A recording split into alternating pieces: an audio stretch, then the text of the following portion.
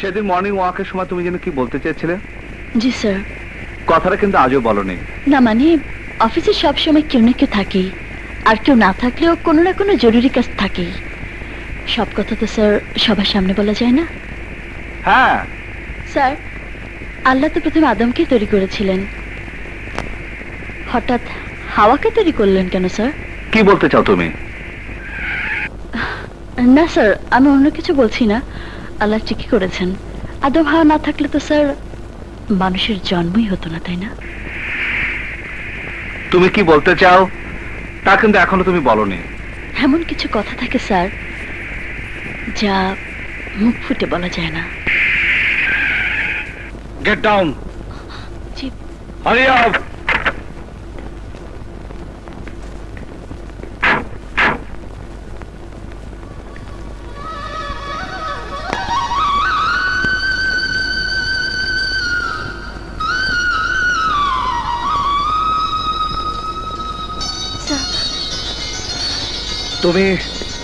তুমি যা বলতে চাও তা এ পোশাক পরে বলা যায় না।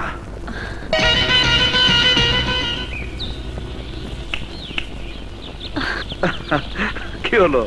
চলো সাহেব, একটা জরুরি মিটিং এ যাচ্ছিলাম আমি। সে আমার রাস্তা বন্ধ করে অন্য গাড়িগুলো ছেড়ে দিল, আর আমার গাড়ি আটকে দিয়ে উল্টো আমাকে আইন শেখাতে চাইলো।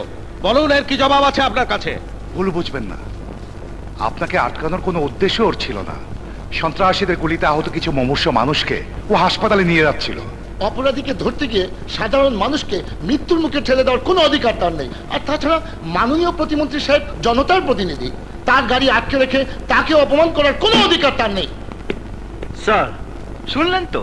অপরাধীকে ধরা আর মানুষ খুন করা এক কথা নয়। এক্সকিউজ মি স্যার, অপরাধীদের গ্রেপ্তার করার আদেশ আমাদের মাথার উপরে রয়েছে। আমি তাদেরকে গ্রেপ্তার করার জন্য ছুটছিলাম, কিন্তু সেই অপরাধীদের গুলিতে কিছু সাধারণ মানুষ আহত হয়েছিল। তাদের নিয়ে হাসপাতালে যাচ্ছিলাম, দেখলাম মন্ত্রী সাহেবের জন্য রাস্তা বন্ধ। ওদের যান বাঁচানোর জন্য আমি মন্ত্রী সাহেবের গাড়ি আটকে রেখেছিলাম। তুমি সাধারণ মানুষকে রক্ষা করবে আর তার জন্য মাননীয় মন্ত্রী মহোদয় সব কাজ বন্ধ রেখে রাস্তায় দাঁড়িয়ে থাকবে? যেটা আইনের কাছে ন্যায় বলে মনে হয় আমি সেটাই করি, কারো ভয়ে থেমে থাকি না। আমার ডিপার্টমেন্ট আমাকে এই শিক্ষাই দিয়েছে। কার সাথে কিভাবে কথা বলতে হয় সেটা কি তোমাকে শেখানো হয়নি? আপনার কাছ থেকে শেখা হয়নি, কিন্তু আপনার চাইতে আইন এবং নিয়ম আমি বেশি জানি। আমাকে শেখানোর চেষ্টা করবেন না। আগুন, cool down. Why cool down sir? Why cool down sir? কেন?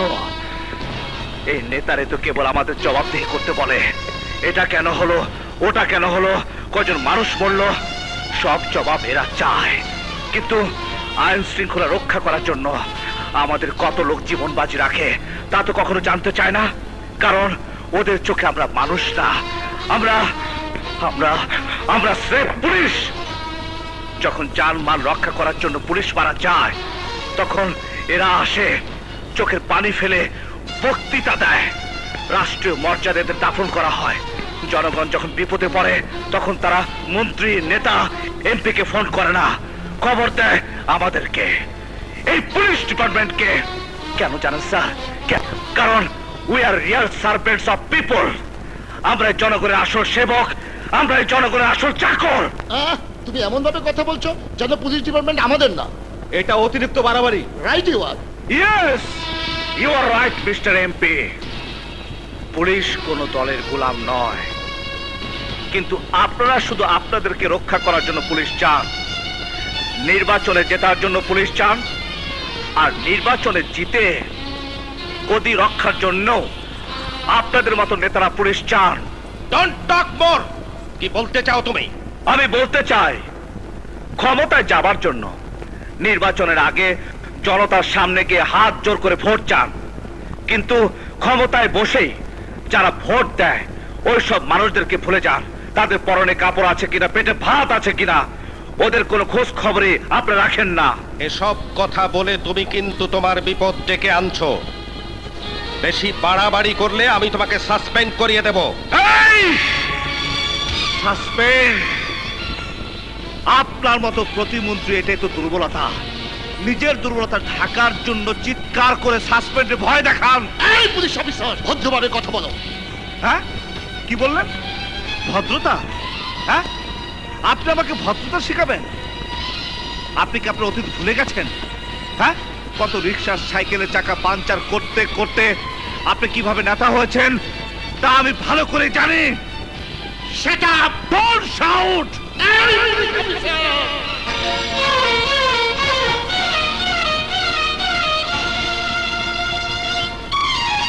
মা বাবা নিজের বাচ্চার জন্য কত স্বপ্ন দেখে, তাকে লালন পালন করে বড় করে, তাকে শিক্ষা দেয়, বড় হয়ে সমাজের বড় কিছু করার চেষ্টা করে। সেই সমাজের জন্য আপনাদের কোনো মাথা ব্যথা নেই। আপনারা শুধু সন্তানদেরকে ক্যাডার বানাতে চান, ক্যাডার। আর ক্যাডারের জন্য নেতা হয়ে এসেছেন আমাকে সাসপেন্ড করতে। অ্যাসিস্ট্যান্ট কমিশনার আগুন, তুমি কিন্তু সীমা ছাড়িয়ে যাচ্ছ। তোমার এত বড় সাহস, তুমি আমাদের নেতাকে অপমান করছো। নেতা? কিসের নেতা? আরে নেতা ছিল তখন যখন দেশ ছিল পরাধীন। তখন নেতারা এক পতাকা নিয়ে দেশের কথা বলেছে, যুদ্ধ করেছে। আর আপনাদের মতো নেতারা আজ এ পার্টি কালো পার্টি করে প্রতিদিন দেশে বারবার দল বদল করছে, আদর্শ বদলাতে লজ্জা করছে না। আবার এসেছেন আমাকে সাসপেন্ড করতে। আগুন! চুপ! থামুন! আপনাদের অন্যায় আর অবিচার দেখতে দেখতে জনতা একদিন খেপে যাবে, মারতে মারতে সংসদ থেকে বের করে দেবে। সেদিন আপনারা চিৎকার করে বলবেন, পুলিশ পুলিশ পুলিশ। আর আজ এসেছেন একজন পুলিশ অফিসারকে সাসপেন্ড করতে। Stop! Stop this nonsense! Mister প্রতিমন্ত্রী, আপনি ক্ষমতায় এসেছেন মাত্র 5 বছরের জন্য, তার কোনো গ্যারান্টি নেই। আর আমি এই চাকরিতে আরো 30 বছর কাজ করতে পারবো। আমি এই চাকরিতে আরো 30 বছর কাজ করতে পারবো, কিন্তু আমি আমার এই গোলামের চাকরি আর করতে চাই না, আর করব না, আর করতে চাই না। কমিশনার সাহেব, ওকে ডিসমিস করে দিন। Who the hell you are to dismiss me? আমাকে ডিসমিস করার কোনো অধিকার আপনার নেই। I am resigned from this job. Well, go from your job. আগুন, শান্ত হও। Sir, I am sorry, sir. I am extremely sorry, sir. Extremely sorry. Sorry, sir.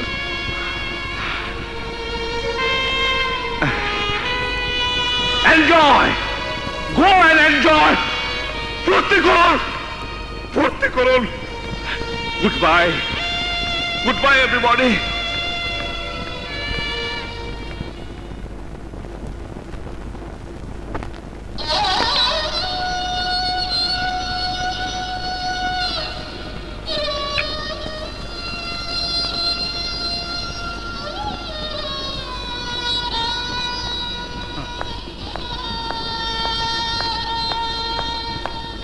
Sir,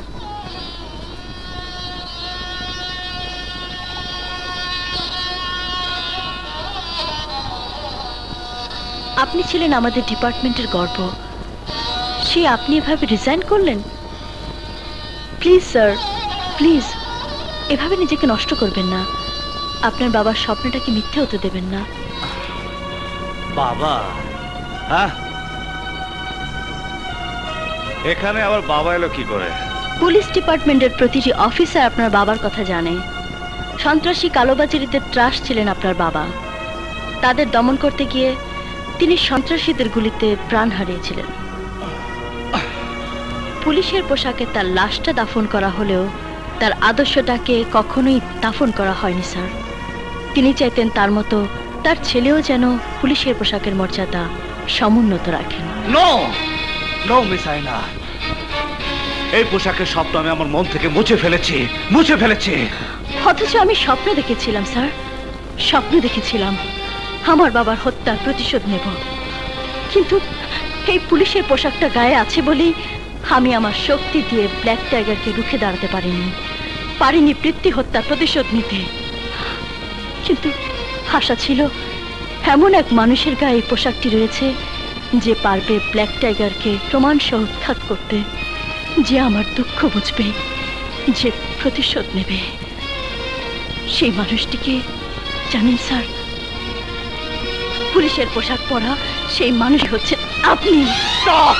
Stop it! এই পোশাকের সাথে আমার কোনো সম্পর্ক নেই, কোনো সম্পর্ক নেই। পারবেন না স্যার, পারবেন না। এই পোশাকের সাথে সম্পর্ক ছিন্ন করতে আপনি পারবেন না। এই পোশাক আপনার রক্তের সঙ্গে মিশে আছে। প্লিজ প্লিজ প্লিজ প্লিজ আয়না, লিভ মি অ্যালোন। আমাকে একটু একা থাকতে দাও। Out please, out out.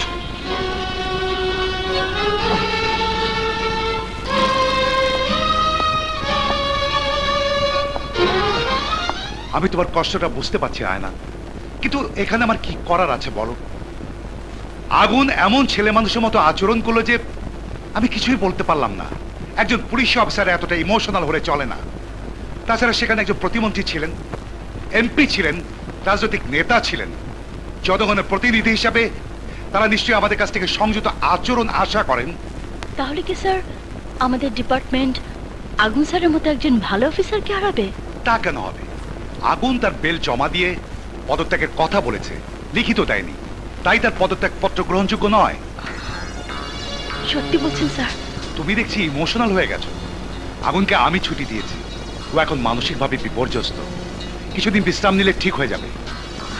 তাহলে স্যার ওনার অবর্তমানে কেসটা আমি দেখি? তা কি করে হয়? কেন স্যার, আমি মেয়ে বলে? ব্যাপারটা তা নয়। ব্ল্যাক টাইগার একটা ভয়ঙ্কর গ্রুপ। Thank you sir. ফাইলটা পড়ে তুমি আমার অফিসে এসো। Okay sir.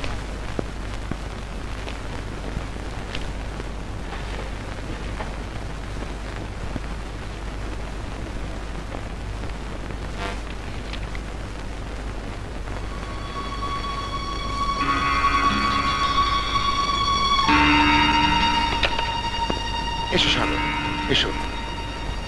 ফাইলটা পড়েছো? বসো। Thank you sir. পড়েছি স্যার। একটা বিষয় খুব স্পষ্ট, ব্ল্যাক টাইগারকে আমরা এখনো শনাক্ত করতে পারিনি। তার কিছু লোক ধরা পড়েছে, কিন্তু কেউ মুখ খুলেনি। লোকটা কোনো ছবিও নেই। এক্স্যাক্টলি, সেজন্য আমরা খুব চিন্তিত। আচ্ছা স্যার, এমন কোনো লোক আছে যার সঙ্গে ব্ল্যাক টাইগারের যোগাযোগ রয়েছে? থাকলে তো সেটা ফাইলেই থাকতো। তবে দুজন লোককে সন্দেহ করা যায়। ওরা দুই ভাই, বড়টার নাম নানা আর একটা নাম ছোট।